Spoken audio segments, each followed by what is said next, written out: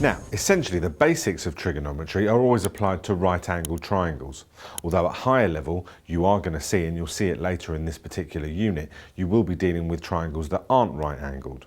So it involves using three ratios in a variety of different situations, and each ratio has a corresponding formula.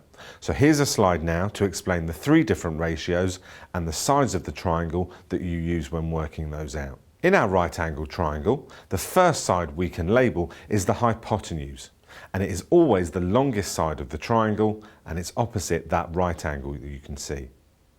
Now, the other two sides are dependent on our angle theta. Now, the opposite side, as the name suggests, is always the side that is opposite that angle, and the adjacent side is the side that is next to and actually touches the angle. So it's important when you see these questions that you are able to identify those three sides quickly and effectively.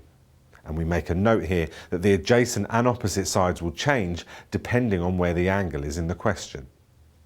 So our three trigonometric ratios are sine, cos and tan.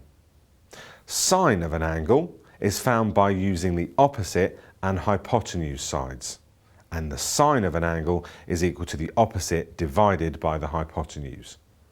The cosine or cos of an angle is found by dividing the adjacent side by the hypotenuse, and the tangent or tan of an angle is found by dividing the opposite by the adjacent.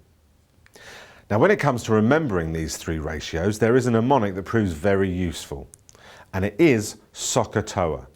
You may have seen this already in class, but remember what each letter in the word means. S, O and H stand for sine, opposite and hypotenuse. C, A, H, cos, adjacent, hypotenuse. And T, O, A, tan, opposite, adjacent. It's a good tip to write that down on your exam paper as soon as you get into the exam, because then you won't need to remember it off the top of your head and you can see the letters and what they represent.